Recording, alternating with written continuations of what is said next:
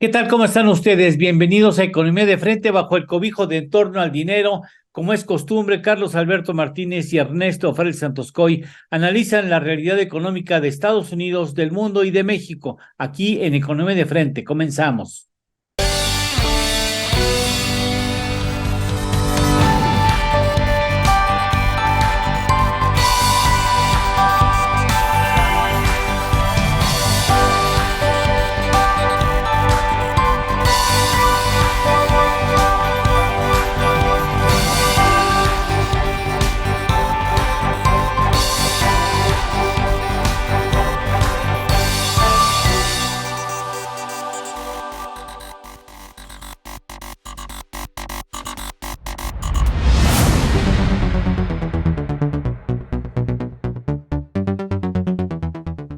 Bien, gracias, bienvenidos.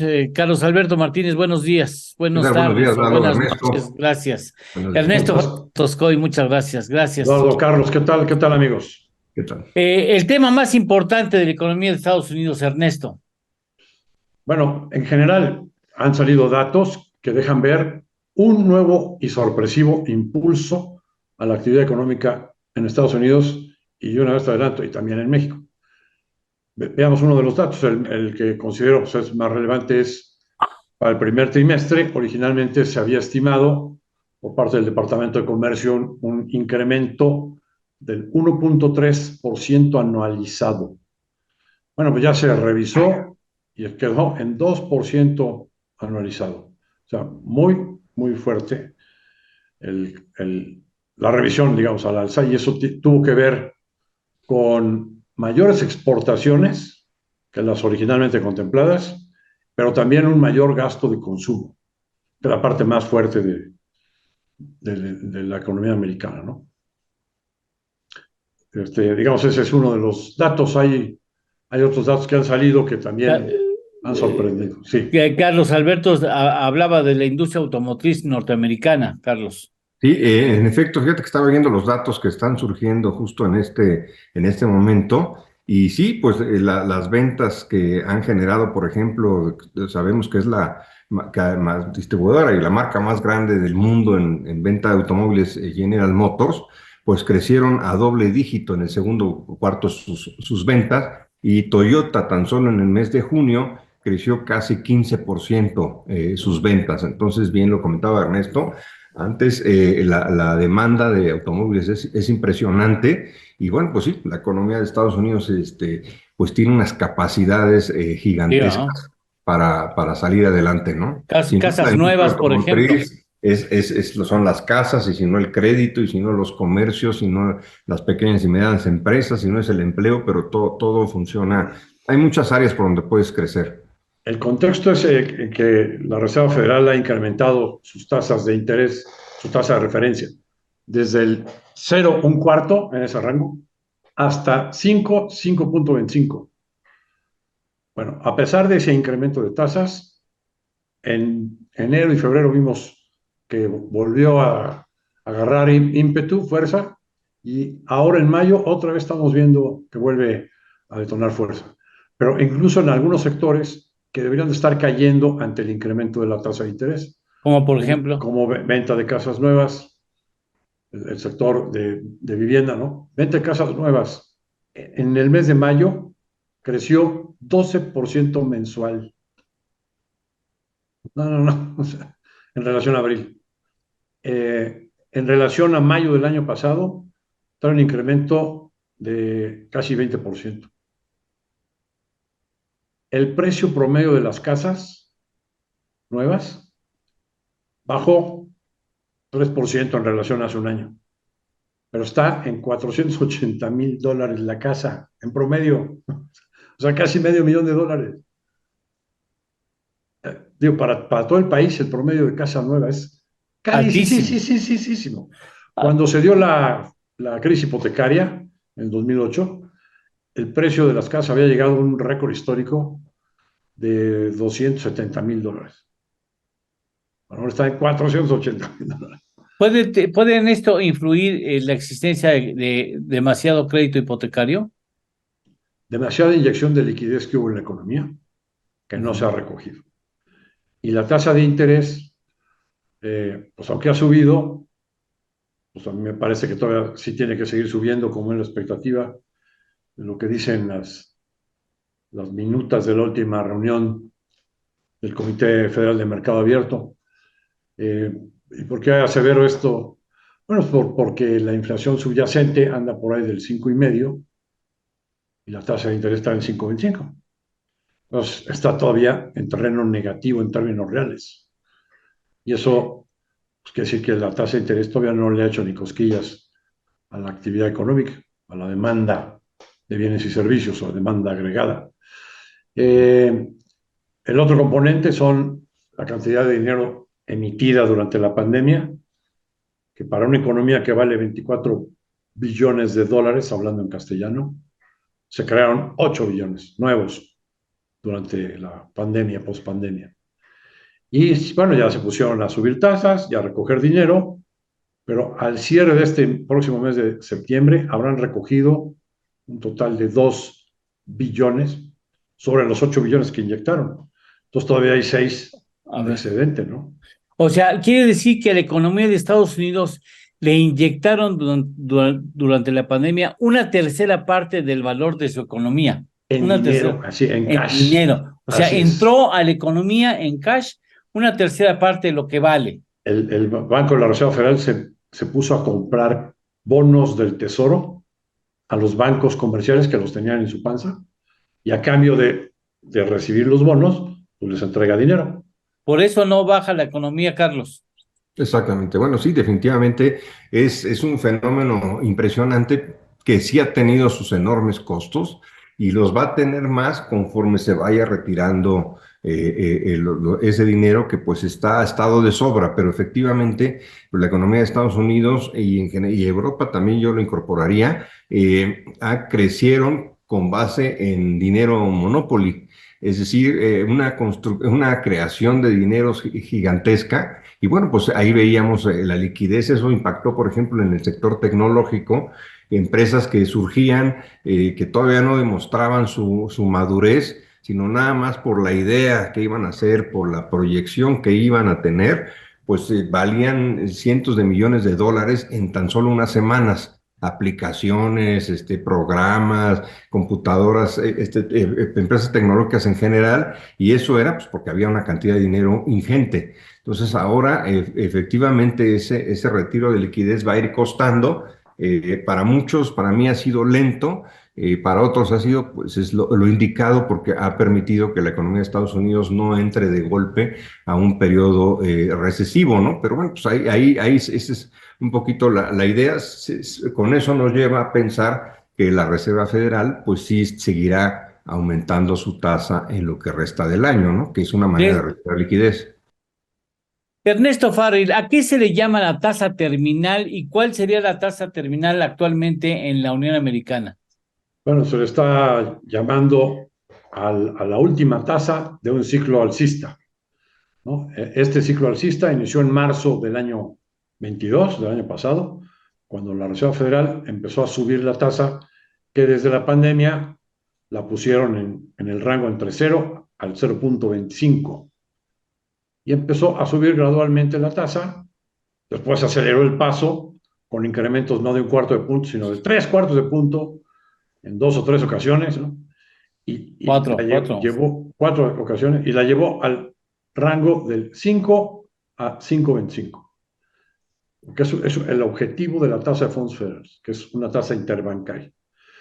Bueno, es probable, de acuerdo a lo que dicen las minutas, que los miembros del Comité de Mercado Abierto, que son los que votan, cada 3 meses hacen un ejercicio en el que les ponen un gráfico como un calendario, ¿no? Y entonces ellos tienen que poner dónde ven la tasa hacia futuro en distintos periodos. Y lo que se deja ver es que antes del cierre del año, el consenso de estos miembros del Comité Federal de Mercado Abierto ven 2 incrementos de tasas de interés.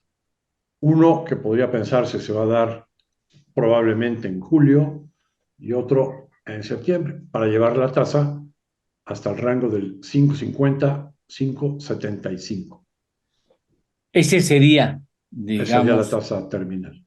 Esa sí es una tasa arriba de la inflación subyacente, que está ya por debajo del 5,50, y a su vez es una tasa arriba de lo que se considera la tasa neutral, aquella tasa que permite que la economía crezca sin generar presiones inflacionarias y que la Reserva Federal la ha calculado en 4,90. ¿Tú lo ves así, Carlos? Sí, efectivamente, la regla Taylor o Farrell, que es precisamente esta regla de la tasa de interés, digamos, equilibrada, que efectivamente tiene que estar arriba de la subyacente. De lo contrario, no hay manera de frenar el tema de la inflación. Entonces, ¿por qué? Porque sabemos que la inflación subyacente son todos aquellos bienes y servicios que están fuera digamos, más bien que están dentro del control del mercado, ¿no? La no subyacente son aquellos bienes y servicios que dependen, por ejemplo, de los precios internacionales del petróleo, de alguna tensión geoestratégica, los granos ahorita con Rusia, el petróleo, etcétera. Entonces, la verdad es que la tasa que hay que siempre seguir de inflación es la que no tiene estos vaivenes que están fuera de control por un meteoro meteorológico o algún tema geopolítico, una guerra, etcétera. Entonces, esta tasa sí, efectivamente, aunque ya están arriba de ella, la inflación subyacente todavía sigue alta. Yo sí creo que efectivamente la señal de la Reserva Federal debe de seguir siendo el control de la inflación es mi prioridad. Y de ahí ha surgido un tema, esta semana, la cuestión de Citi y de Bank of America, ¿no? Que pudieran tener ellos algunos problemas internos en el banco. Esto sería un tema de alerta, de llamar la atención. Si bien hemos comentado que se aplicaron las pruebas de estrés a los 20, 25 bancos más grandes de los Estados Unidos y que todos aparentemente las pasaron sin mayor problema, sí empieza a alertarse de algunos bancos que pudieran presentar problemas por el tipo de productos financieros que tienen en la panza, ¿no? Oye, me gustaría, si es tan amable, Ernesto, que nos explicaras este asunto que es muy interesante y que incluso en México también se hace, pruebas de estrés a los bancos. ¿En qué consiste? Sí, la autoridad regulatoria les exige a las instituciones financieras que hagan un ejercicio con sus propios números. Para eso te da un escenario. Por ejemplo, pues a ver, imagínate que se repite lo que sucedió en el 2008 y entonces te ponen los parámetros que hubo, ¿no? La tasa de interés fue a tal nivel, el PIB se cayó en tanto, Sobre entonces, supuestos, sobre supuestos. supuestos, por supuesto. Sí, Entonces, sobre exacto. supuestos corren ese escenario con sus números, con su propia cartera de créditos, etcétera, y pues arrojan resultados de cómo se ve la institución ante un escenario así de nefasto, ¿no? Porque, digo, normalmente cuando se da uno de estos escenarios, normalmente, por ejemplo, sube la cartera vencida, pero también sube el costo de fondearse, ¿no? De obtener el dinero, Sí, sí. y bueno, pues eso te genera pérdidas. Entonces, eh, cuando eh, arrojan resultados, pues ahí se puede ver qué tan vulnerable está cada institución. Y eso es a lo que está refiriéndose Carlos Alberto, que tanto Citi como Bank of America, pues si la tasa sigue subiendo y la economía sí llega a estar en una recesión, están diciendo, pues puedo tener algunos problemas, ¿no? Sí. Pues por ejemplo, en créditos hipotecarios. Bueno, y mientras no caiga Estados Unidos en recesión, será difícil que México presente malos datos económicos, salvo tu mejor opinión, Carlos Alberto. Sí, en efecto, fíjate que conforme van avanzando los meses, la economía mexicana empieza a demostrar algunos indicadores muy positivos. Sin embargo, sí hay que apuntar que todos están vinculados en general al comercio exterior. Es decir, no tenemos buenos datos, digamos, que tengan que ver con elementos internos, ¿no? El impacto que el presupuesto del gobierno pueda tener en el crecimiento del país, el sector bancario prestando de una manera fuerte, interesante, agresiva, profunda, tampoco lo estamos viendo. Las cadenas de suministro en el interior de la República Mexicana no son las mejores. la inseguridad, pues te roban Terrible. todo, ¿no? Te roban desde las agujetas de los zapatos hasta camiones enteros de mercancía, ¿no? Entonces, si estos cuatro elementos estuvieran en una condición distinta, pues tendríamos un crecimiento sin lugar a dudas del doble del que lo estamos teniendo. Entonces, bueno, la cifra de crecimiento es positiva, pero siempre tiene que está vinculada siempre con el tema de comercio exterior. Fíjate que estaba viendo la cifra de la inversión extranjera directa en México entre 35,000 millones de dólares y 40,000 millones de dólares. Y suena muy interesante, pero es que no la comparamos con nada. Esta cifra de 35,000 millones de dólares más o menos es el promedio de inversión extranjera directa que México tiene año con año. Es fundamentalmente a raíz de Estados Unidos y de España, que son los dos principales inversionistas en México. Y bueno, pues sí se suena, pero acabo de ver la cifra de inversión extranjera directa en Brasil, fue de 84,000 millones de dólares. Bueno. Entonces, pues nos arrastra. Yo sí llamo la atención porque sí, cierto, son buenas cifras de crecimiento de México, por lo menos no estamos en una recesión o en un tema problemático o crisis, ni mucho menos, pero sí estamos nada más volando con un solo motor, que es Estados Unidos, que es el comercio exterior, las remesas, en fin, el tipo de cambio fuerte, el peso contra el dólar, que en general está muy débil a nivel internacional. Esa es una de las principales razones de que vemos estos tipos de cambio como lo estamos observando, pero sí en el momento en que Estados Unidos pudiera estar en una situación más complicada, pues México se va para abajo porque no tenemos el otro elemento interno suficientemente bien desarrollado. Mira, si estarán de acuerdo conmigo que si México tuviera mayor propensión a la apertura en sectores estratégicos para la inversión, como las telecomunicaciones, el sector financiero o el eléctrico, el energético, que lo hemos visto últimamente que se cerró, tendríamos una cantidad de inversión extranjera muchísimo más amplia. Y si tuviéramos un Estado de Derecho muy sólido, más inversión llegaría. Y si no tuviéramos los problemas de inseguridad que tenemos en México, más inversión llegaría. Entonces, pues sí, traemos nuestros 35,000 millones de dólares, nada despreciables, pero pues cuando los comparas con Brasil, que está en el mismo barrio de nosotros, que es América Latina, pues sí estamos quedando a deber muchísimo. Bien, Ernesto. Añadiría que nosotros deberíamos estar arriba de la inversión de Brasil. Totalmente. México era una economía más grande que la de Brasil. Y en los años de Lula, ¿no? Nos rebasaron. En la primera ronda de presidencia de Lula, ¿no? Así es. Y pues nosotros estamos adentro del TEMEC, que es el Sí. mercado más grande importante del mundo. Ahí estamos nosotros privilegiados y tenemos recursos naturales en abundancia y todo. O sea, ahí puedes ver con esta comparación que hace Carlos Alberto, pues lo que estamos dejando de ganar por todas estas tonterías que tenemos adentro, ¿no? Como inseguridad, falta de Estado de Derecho, una política energética errática, por no decir equivocada, en sentido contrario. Totalmente. Así es. Quería nada más comentar algo que se nos pasó comentar de afuera, que es muy relevante para mí. Uno, que Rusia anunció adherirse al recorte que hizo Arabia y también contribuye con una reducción en su producción. Pero también quiero comentar que el presidente Xi Jinping de China apoyó y declaró que la OPEP debiera de reducir más su producción. No entendí por qué. A China no le conviene que suba el precio del petróleo, ¿no? Pero también China acaba de prohibir la exportación de productos que contienen, son sobre todo autopartes y componentes electrónicos que contienen galio y germanio. Dos minerales importantísimos en los microprocesadores.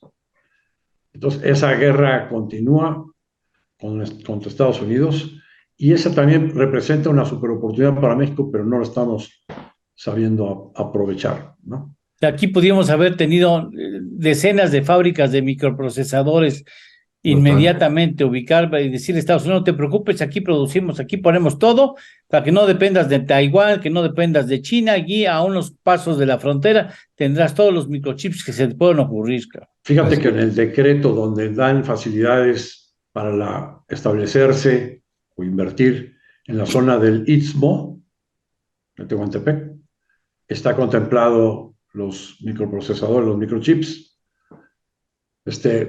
Pero pues no nada más por ese decreto ya se va a dar la inversión. O sea, ¿por qué estamos como estamos en la industria automotriz? Porque fueron años de políticas públicas Décadas, décadas. alrededor de apoyar ese sector. ¿Por qué Querétaro logró colocarse como un destino para la inversión aeroespacial? Sí. Pues porque simplemente pueden ofrecer ingenieros, ¿no? Universidades Claro, que tienen programas donde van a poder estar ofertando nuevas camadas, ¿no? de ingenieros. Bueno, pues, y ese es uno de los elementos. Entonces, pues, aunque el decreto para la zona del Istmo lo contempla como uno de tantos sectores, la verdad es que no se va a lograr mucho si no hay toda una política que pueda aprovechar esto, que es una industria que podría ser, o sea, ¿qué les digo? O sea, Pemex, CFE, ni nos importaría si tuviéramos una industria fuerte de microprocesadores. Sí. Que de preferencia no sea pública, ¿no? Porque Claro. Y fíjate que, muy Ernesto, esto lo debimos de haber hecho desde la pandemia, que empezó el susto por todos lados, China cerrándose con confinamientos muy agresivos. Era para que México se hubiera puesto las pilas para empezar a generar esta atracción de inversiones en microcomponentes y darse los Estados Unidos aquí, como dice Ernesto, cerca. Y esa parte sí nos está faltando, y como dice Ernesto, tampoco es con base en decretos como lo vas a resolver. Esto requiere, por ejemplo, decíamos los ingenieros, pero ingenieros bilingües. O sea, no tampoco un ingeniero, pues ahora sí que a secas, ¿no? Sino un ingeniero con esas capacidades que además sea bilingüe. Y esto lo puedes trasladar a la parte aeroespacial, lo puedes trasladar a la parte electrónica, lo puedes a la parte automotriz. En México solamente una universidad genera ingenieros aeroespaciales, que es el POLI. Entonces, pues bueno, te faltaría tener más. Y luego una cantidad de ingenieros interesante que surge año con año bilingües, que son los que están en el TEC de Monterrey, pues son reclutados de una manera muy rápida por Estados Unidos, ¿no? Estados Unidos, bajan a Monterrey al TEC a hacer las ferias de empleo y casi saliendo, pues se van hacia los Estados Unidos. Entonces sí tendrías que tener formadores de ingenierías en todas sus ramas, son 13, 14 ramas, no recuerdo, de la ingeniería, en las que todas son ahora de muchísima utilidad y desde luego lo bilingüe. O sea, no nada más es el decreto, sino son muchas más cosas. Y yo me atrevería hasta a moverme hasta incentivos fiscales. En México odia los incentivos fiscales, pero ha habido casos muy interesantes en el mundo que ha sido una de las razones por las cuales se ha jalado mucha inversión en distintos sectores, ¿no? Bueno, pues que nos queda escasamente 30 segundos por delante. Yo creo que lo que aprovecharemos ese tiempo para agradecerle de manera muy especial a Carlos Alberto Martínez y a Ernesto Fares Santoscoy su presencia en este programa de Economía de Frente al Cobijo de En torno al dinero. Muchas gracias, compañeros, por estar aquí con nosotros. Gracias. Hasta la próxima semana. Muchas gracias. Hasta luego.